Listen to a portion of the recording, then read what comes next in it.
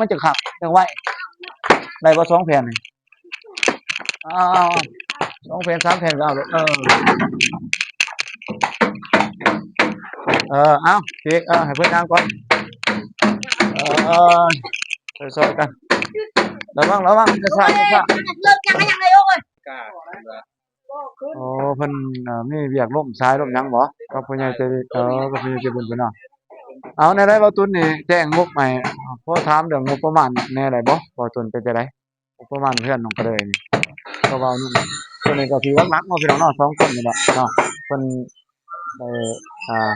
มีผู้ใหญ่ใจบุญช่วยเหลือผ่านทางเพิ่นเนาะจ้ามีบ่ก็มีพวกตัวซื้อไว้ซื้อทองอ๋อซื้อเสื้อไปเรื่อยก็บ่ลงบ่หลายเนาะเอาเพิ่น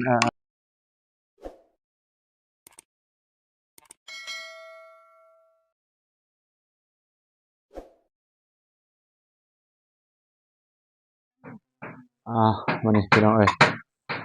สบายดีพี่น้องมื้อนี้มาอัปเดตพี่น้องสภาพบ้านของน้องก็เลยพี่น้องเอ้ยก็มาอยู่บ้านอาหักเนี่ยอ่าวันนี้ก็มาครับทีมงานบอกตุนว่าเอานกเด้อพี่น้องเอ้ยครับทักทายสวัสดีพ่อแม่พี่น้อง FC ที่น่าฮักเบิดสุคนเนาะเพราะว่าอยู่ไกลพี่น้องเอ้ยอยู่ภายในไปต่างประเทศก็ยินดีต้อนรับเข้าสู่ช่องบ่าวผู้วงแสดงจากเส้นเก่าเส้นเถิดพี่น้องเอ้ย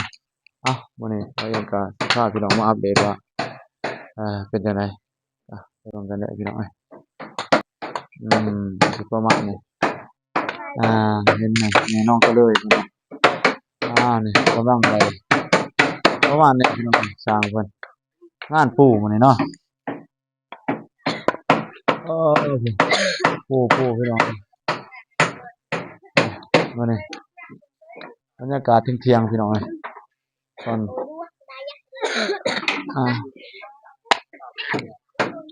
นี่ได้ขั้นตอนตัดหลังบ่นี่ตัดหลังมุกเนาะมันเนาะงานเนาะเพราะว่าเพิ่นปูแล้วนี่โอ้เพิ่นเฮ็ดเดออกมาจักหน่อยเนาะตัวนี้เนาะหมู่เพิ่นคักอยู่ได้นี่หมู่เดินสบายดีน้องก็เลยสบายดีบ่ก็ได้บ่าวตุนก็มาพี่น้องเพิ่นก็มาติดตามเพิ่นก็มาติดตามว่าเป็นจังไดเนาะมันไปฮอดไสมาจังไดอ้ายเพิ่นคบกันแน่ได้เนาะ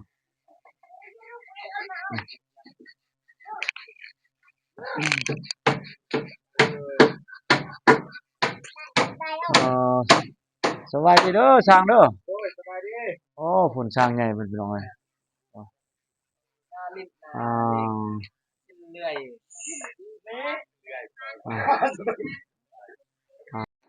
อ้าวได้จะได้ก็สิไปพุ่นบ่นี่มาพ่อมากับทีมงานบ่าวนุ่งพี่น้องเอ้ยมื้อนี้เพิ่นพามาอัปเดตเอบ่าวตุนกับบ่าวนุ่งนี่เจ้า ไก่ นี่ ไก่แท้อ้าวสบายดีบ่าวนุ่งนี่บ่าวนุ่งกับพ่อมามาแต่เว้นเนาะมาแต่เว้นกมปกติจะค่ำบ่าวนุ่งถ่วงนี่8:00 น7:00 นเนาะแม่นมาหาสร้างเว้นแล้วบ่เห็นเขาเมื่อเบิดแต่บ่าวนุ่งเว้าขวัญอยู่แต่ละมื้อพี่น้องเอ้ยเว้าก็โอ้เนาะเจ้าวันนี้มาแต่เว้นแนมแม่นมื้อนี้ก็ว่าวันเสาร์มื้อนี้วางเวียกพอดีไปเฮ็ดตั้งแต่คาบเช้าเพิ่นก็มีเวียกอยู่มื้อเช้าแม่นไปคาบเช้าแล้วก็เพิ่นพักเฮ็ดเครื่องมื้อมื้อนี้ก็เลยว่ามาไว้มื้อนี้เป็นจังได๋มื้อนี้เว้านกเว้าสู่ฟังแหน่สภาพการมื้อนี้จักสิว่าเว้านำตกแหน่บ่แน่ๆเลยเนาะเพราะว่าทางบ้านบ่ลงแห้งแต่เช้าแต่เช้าเนาะเพราะว่าบ่ลงไปวันนี้ไป7:00 นว่าอาบน้ำไปกันน่าจะ11:00 นเนาะเพิ่นห้ำก่อนบ่ห้ำก่อนนัดหน้าก็เลยมาที่2:00 น3:00 นแน่นเนาะ จ้าจ้าอ่า ว่าไปเบิ่งสวนกาแฟเอ่อเพิ่นว่าและไปเก็บกาแฟ อ่าจะได้สุกแล้วบ่นั่นแหละกาแฟเอานกนี่ตามสภาพเว้านกหน่อยหนึงเนาะอ่าปกติเว้านกเพิ่นมาแต่เช้าเนาะพี่น้องเอ้ยเว้านกก็เว้าตุนนี่มาแต่เช้าๆทุกวันแต่ว่ามื้อนี้ก็ฝนนำเนาะว่าตุนเนาะบ่บ่ได้ไปนั่นซื้อไปสวนก็บอกแต่เช้าเนาะ อ่า สวน เพิ่น จริงสวนที่คนนี้ก็มาได้ จ้า ไปสวนเด้บัดนี้ เออ ไปสวนแล้วย่างเมื่อยไปเลยกินข้าวเนี่ยนี่ อ่า เมื่อยแล้วก็เลยว่าอาบน้ำแล้วบัดนี้คิดข้าวสุก ไปพักผ่อนจักหน่อย ถึงตอนใดบัดนี้แล้ว จ้า ตอนดึก ในกันมาเลยมันไม่ได้เฮ็ดนั่นแหละ นอนดึกเนาะดึกเลย เออ 2 โมงนี่1 โมงไปนอนบ่ พ้องบ่จ้าเคยอยู่เว้านกน่ะเคยนอน 2 โมงเลย แม่นนอนช้าหน่อยเนาะเพราะว่าเพิ่นมีเวียกเอ่อ ทางเฮานี่ทำเนาะ อ่า ทางอเมริกาเพิ่นว่า โอ้เพิ่นมีเวียกล่มซ้ายล่มหยังบ่กับผู้ใหญ่ใจดีกับผู้ใหญ่ใจบุญเพิ่นเนาะเอาแนวใดเว้าตุนนี่แจ้งงบให้พอถามเรื่องงบประมาณแหน่ได้บ่เว้าตุนเป็นจังได๋งบประมาณเพื่อนน้องกระเดยนี่ก็เว้านู่นเพิ่นนี่ก็สิหลักๆเนาะพี่น้องเนาะ2คนนี่แหละเนาะเพิ่นได้อ่ามีผู้ใหญ่ใจบุญช่วยเหลือผ่านทางเพิ่นเนาะจ้า มีบ่ก็มีพอซื้อใบซื้อทอง อ๋อ เรื่อยไปเรื่อย บ่ลงบ่หลายเนาะเอาเพิ่นให้มัน เอาน้องไอ้ ได้บัดเดียวนี้ จ้า ทางใหญ่ที่ซอยเล็กน้อย เออ นี่เนาะแย่งเลย มึงเอาไม้ก่อนบ่โดดเอาไม้เนาะพี่น้องเนาะไม้ก็บ่ได้พักปานใดพี่น้องเอ้ยนี่ๆ แค่นาที ๆพร้อมได้3นาทีอ้าว แล้วอัปเดตเที่ยวขึ้นเทิงเลย จ้า แต่ว่าทีมงานเราลงกับตูนนี่ขึ้นเลยเด้ เพิ่นถึง ตา บ่ ยวะเฮ็ดเองก็มีเด้เฮ็ดเอง เออ ถ้าที่สุดก็คือเอาเองอะไรเฮ็ด จ้า ผู้ใหญ่เพิ่นก็หาความว่างมันเฮา เอ ลงมือเองเฮ็ดเองก็มี จ้าเพราะว่าเพิ่นมอบภาระให้เฮ็ดเลยเนาะมอบเวียกให้ว่าซั่นซะเนาะ แม่นอยู่ให้สร้าง สิเฮ็ดดอนซำใดแม่นบ่ ทายังนี่เฮ็ด ก็ เอ ต้อง งช่วยๆกันไปแม่นบ่เอาตนถ้าแต่งบจ้างอย่างเดียวก็บ่ไหวแม่นบ่เอาตนนี่ๆๆเอาตนก็ จ้าง สิ ขาดร้อยแล้วมาจ้าง เออจ้า ซอยเพิ่น ซอยเติมเนาะ ทางไอ้แดงแน่เนาะ เออ แล้วเอาไปซื้อบ่เป็นบัดนี้เคยเฮ็ดเลยพี่น้องเอ้ย จ้า ซอยเพิ่นเลยอยู่ซื่อก็ถ่ายคลิปแล้วก็ที่เฮาก็เพิ่นเลย มีเวียกซำใดพอซอยเนาะเล็กๆน้อยๆซอยกันให้มันไวขึ้นแม่นบ่พอน้องพอได้ซอยกันพอได้แบ่งเบาได้ก็มันไวขึ้นจักหน่อยเนาะพอซอยเหลือได้ซำใดก็ซอยนี่แหละ ตัวใดมันยากเฮาก็บ่เรียนแล้วแต่จะสร้างเพิ่น จ้า จับเล็กๆน้อยๆจับไม้จับตอกเลยเอาไปตอกอีหยังก็บ่ได้มันสิคัดเพิ่นเด้ ตอบกี่ลายมันสิว่าสร้างเฮ็ดนี่โอ้สร้างนี่กี่ลายแท้แท้ทีมงานไปตอกกี่ลายแล้ว ให้เพิ่นเด้ เอานี่แหละ อัปเดตเพิ่นไอ้แดงเด้ จ้านี่แหละคือมาโอ้ร่มกับเบาอานุ่งจักหน่อยเนาะเพิ่นเว้าให้ฟังเล็กๆน้อยๆพี่น้อง เป็นดอกพี่น้อง เพิ่นก็เน้นการปฏิบัติเนาะเบาเองก็เห็นหลายแหละเนาะถือว่าเป็นบุคคลที่เบาเองก็ยอมรับนับถือเพิ่นเนาะเพิ่นก็เป็นผู้หนึงนั่นแหละที่ว่าได้เฮ็ดหลายอย่างเนาะได้ช่วยเหลือเป็นหลักเนาะถือว่าเรื่องน้ำใจพี่น้องก็สิเห็นผ่านคลิปนั่นแหละพี่น้องเอ้ยคลิปเป็นจังได๋ก็ตัวจริงก็ประมาณนั้นเนาะพี่น้องเอ้ยเป็นคนค่อนข้างใจดีอบอุ่นแหละพี่น้องเอ้ยเบาเองก็มาเพิ่นก็เพราะว่าเพิ่นก็ชวนมาเด้อเนาะพี่น้องเนาะบ่ได้ว่าจังได๋ว่าย่านว่าวุ่งมานั่นมานี่เพิ่นก็บ่ได้ว่าชวนมาเนาะแฮ่งดีเพิ่นว่าหลายคนทายแฮ่งดีตัวนี้แหละ มาคือกันถ่ายเป็นหยังดอก จ้า ถ่ายอัปเดตนั่นแหละลาย2ทางยังดี จ้า เพราะว่ามีทางผู้ใหญ่บางทีทางไอ้พวกเพิ่นก็มีพี่น้องนี่เนาะ จ้า ซอยๆกันเล็กน้อย ซอยกันเบิ่ง ได้ก็ซอยเพิ่นก็มักสายบุญเด้ได้ก็ซอยกัน เอาไม้คือว่าอันเดียวกันเนาะบ่นุ่มเนาะซอยต่างฝ่ายต่างสิซอยหลายคนซอยแฮ่งดีแม่นบ่บ่ตุน ดีแล้ว บ่ต้องไปจำกัดว่าผู้นั้นมาผู้นี้บ่มามันก็บ่เป็นติเนาะบ่บ่นุ่มเนาะมันก็แฮ่งส้มเชยทั้ง หยังมาโลด เบานุ่มบ่ได้มากก็ทายโลด เจ้าเป็นหยังบ่ได้หยังมากมาย เออ เรียบร้อย ไม่คิดแนวอื่นเนาะมีแต่ว่าทำตึก ตามสบาย ตามสบายเอาก็สิประมาณนั้นพี่น้องเอ้ยในการสิพาพี่น้องไปอัปเดตต่อเบานุ่งสิจักสิอัปเดตเพิ่นอัปเดตได้บ่เบานุ่งยังเนาะเพิ่นให้เบาคือว่าให้เกียรติเบาเนาะมาอัปโดยอัปเดตก่อนว่าซั่นซะเจ้าหลายคนมันสิคนนี้ก็สิก็ว่าเองก็สิไปอัปเดตกับสร้างเพิ่นก่อนเบานุ่งเอ้ยขอบใจหลายๆเด้อเบานุ่งเด้อน้องก็เลยเด้อไปน้องก็เลยสิให้น้องก็เลยพาเจ้า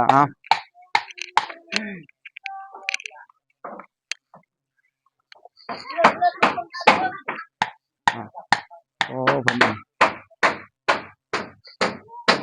คือตัวเองบ่ทันได้กบบ่แม่นอะไรน่ะน้องก็เลย ยัง อ๋อเอาไปเอาไปเรียนอยู่พุ่นบ่เรียนอยู่พุ่นเนาะ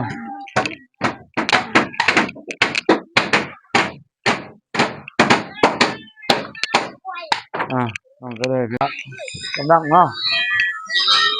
กำลังตอกอยู่พี่น้องเอ้ยย้ายไปเรื่อยๆ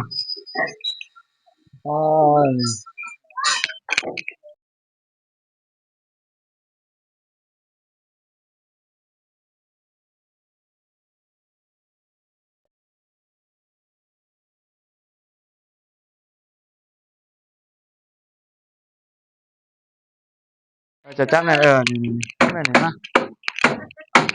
านั่งมาน่ะจะจับนั่นเด้อจับตัวนี้ ไปกันเนาะตามก็บุญเนาะ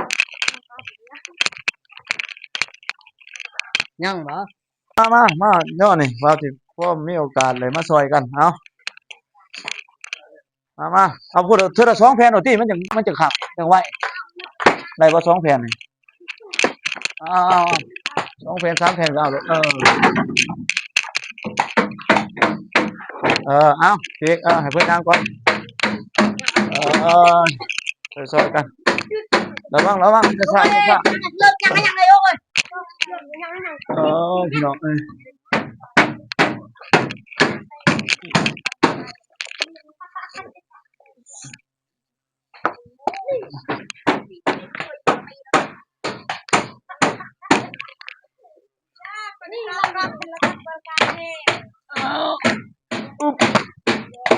ไม่เอียงหนอเดี๋ยวเพ่นไม่จำป้าบ่ได้แม่นหยังไม่บากบ่เป็นจะได้ทนทานดีอยู่บ่ไหมถ้าอยู่แม่นบ่เทียบใช่ไหมจำป้านี่จะได้เด้อเดี๋ยวจำป้าดีกว่าบ่จำป้าหวานเท่านี้ได้จำป้าปานนี่เนาะโอ้ตัวนี้บ่จ้าไม่มันก็มีเกรดของมันเนาะค่อยๆบานนิดนึงเด้อบานบ่ให้บานไว้โค้งไปเราไปจับที่พุ่นแหละนั่งเลยแล้วก็มีแต่ทายไปพุ่นเอา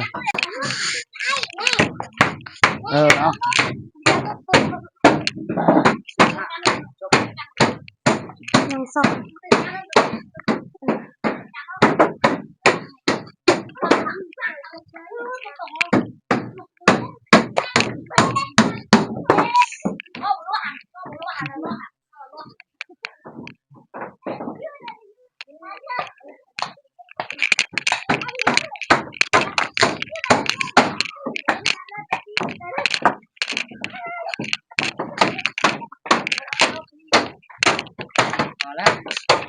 พ่อก่อนบ่สิฮักได้เนาะน้ำเดียวพ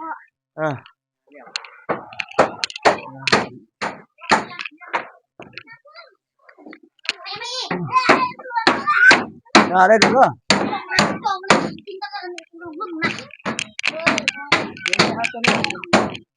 แม่จาน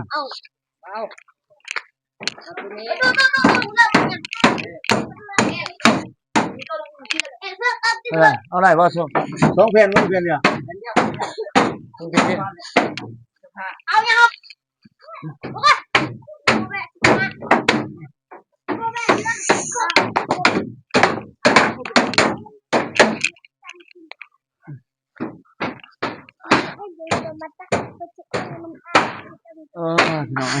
มูเต้กูเต้โอเคบาดนี้ พอก่อนแม่นบ่สร้างมันตั้งใหม่มันก็ผู้เป็นผู้หรือเป็นแหนมตัวนี้เป็นผู้บ่เบิดจักแผ่นนี่บ่ไอ้แดงบ่แม่นพ่อคาดว่าจักแผ่นใส่ปูนี่อ้าว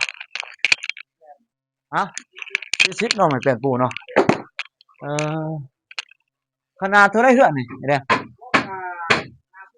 5x6เนาะเข้าใจได้ ขอบใจเด้อที่ช่วย อ้าวมันก็เลยมานี่พี่น้องเอ้ยมันก็เลยก็มาย่อมแปะซอยซอยกับพ่อเนาะแล้วก็พวกน้องๆที่เพิ่นมาซอยก็เลยลูกหลานเพิ่นแหละเนาะเพิ่นมาซอยย่อมเพื่อสิเอาขึ้นหักตัวนั้นแล้วก็เพื่อเพิ่นว่าสิกบเนาะกบลูกให้เกียงมันงามพี่น้องเอ้ยก็ได้ว่าบางเรื่องก็มีโอกาสแล้วมันยกย่อซอยเพื่อเนาะโดยเนาะวันนี้สวัสดีน้องก็ได้อีกเทื่อนึงเป็นจังได๋ล่ะ สบายดีเด้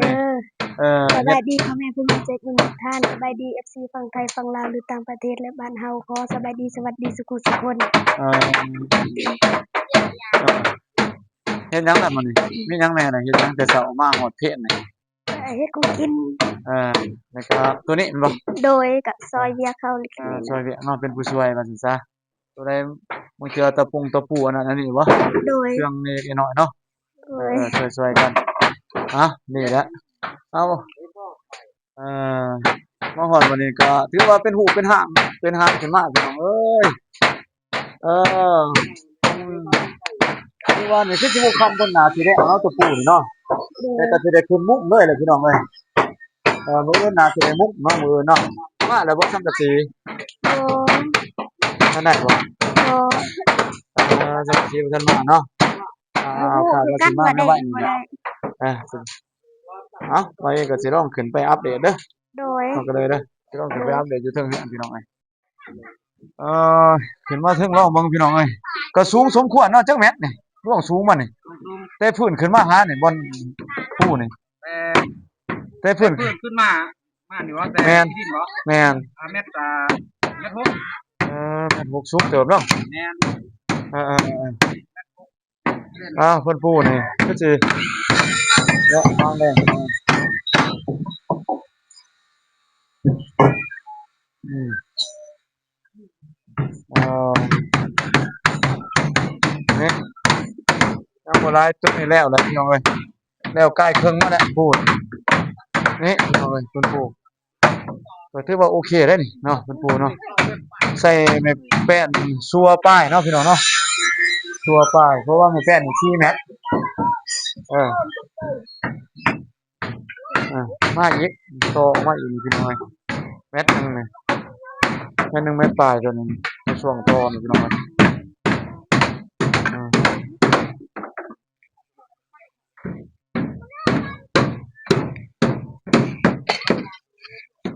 งานผู้นี่แล้วบ่ไอ้แดงมื้อนี้ ผู้บ่แล้ว มันสิขึ้นมาแล้วเนาะ แล้ว นี่พี่น้องเอ้ยนี่สร้างใหญ่เพิ่นเฮ็ดคักเออมื้ออื่นนี่คาดว่าสิได้ขึ้นเฮ็ดหลังคาบ่มื้อนี้ แม่น วะนี่ขึ้นหลังคา เลย เลย นี่หลังคานี่ก็ไปอันนั้นน่ะบ่สังกะสีมาแล้วบ่เพิ่นว่า ยัง ยังบ่สังกะสีมีแต่ขึ้นเฮ็ดโครงก่อนบ่ แม่น เออ เฮ็ดโค้งเฮ็ด เฮ็ดโครงก็มุ้งนี่ใช้เวลาจักมื้อครับถ้ามุ้งนี่ มุ่งนี่บ่คันว่ามันแล้วหลังคาก็ประมาณมื้อนึง แล้วโครงมันก่อนเนาะ แม่น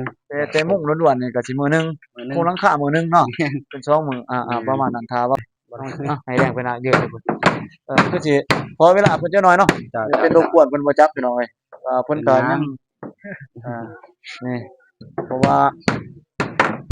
น้องก็เลยขึ้นมาพี่น้องเอ้ยก็เลยก็ขึ้นมา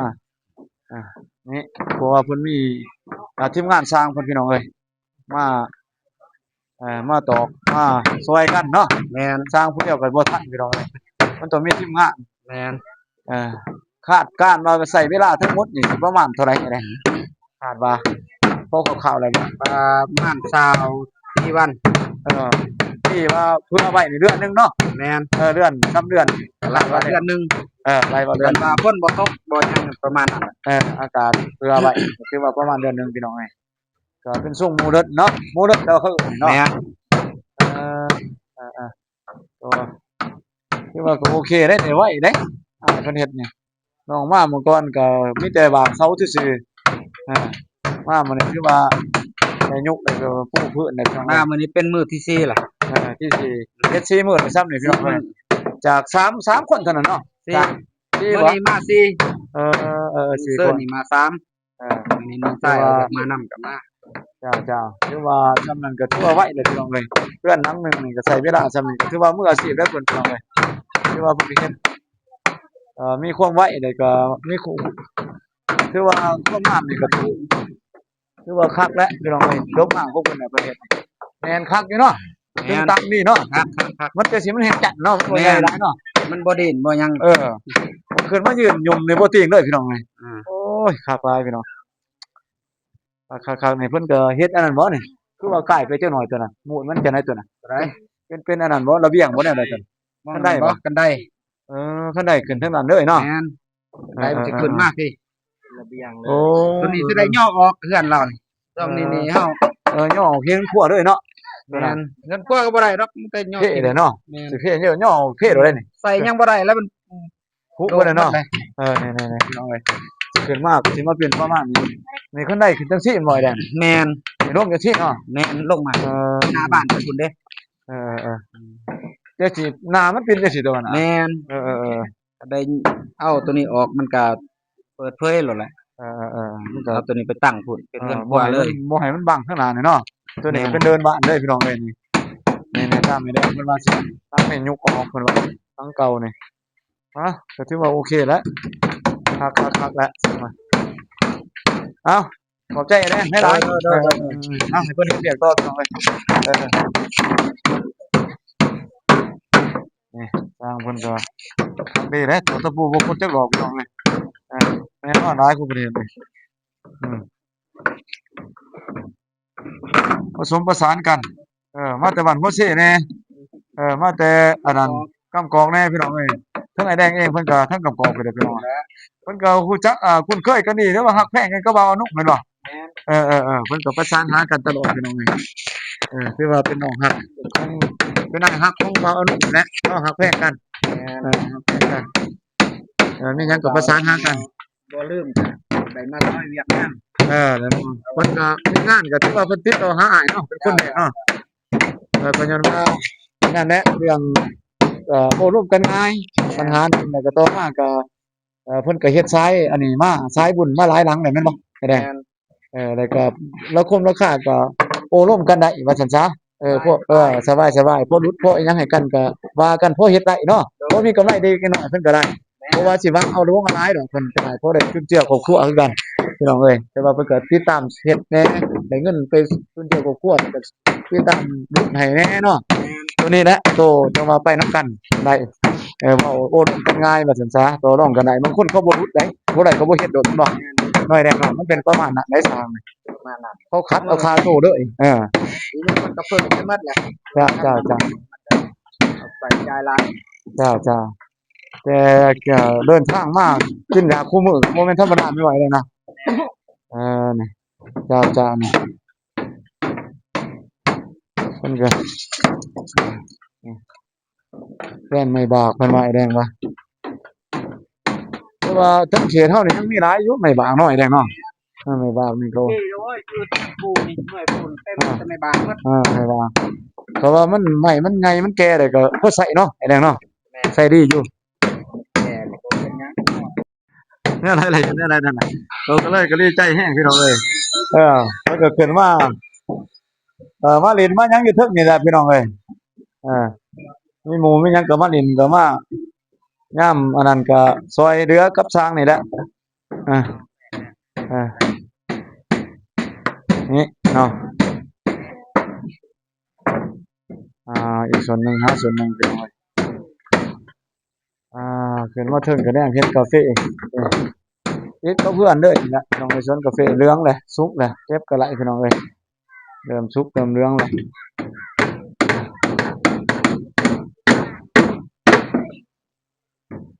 ว่าเองก็สิขออัปเดตประมาณนั้นเนาะพี่น้อง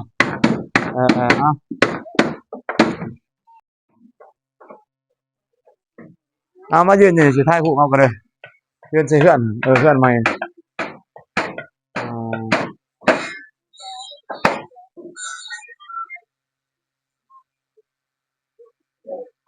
ไม่ใช่บ่ได้เลยสุดท้ายเอาหลังเก่าเองหลังเก่ากับหลังใหม่มานี่มีหยังอยากเว้าบ่ไปเลยเว้าขอบผู้ใหญ่ใจบุญบ่ฝากถึงเพิ่นบ่แนวใดฝากขอบมุกขอบใจเพิ่นขอบมุกขอบใจผู้ใหญ่ใจบุญนี่ก็สิบอกมันพี่น้องเอ้ยน้องก็เลยให้ขอมุกขอบใจบ่ผู้ใหญ่ใจบุญเพิ่นที่ทั้ง FC แล้วก็ผู้ใหญ่ใจบุญหั้นที่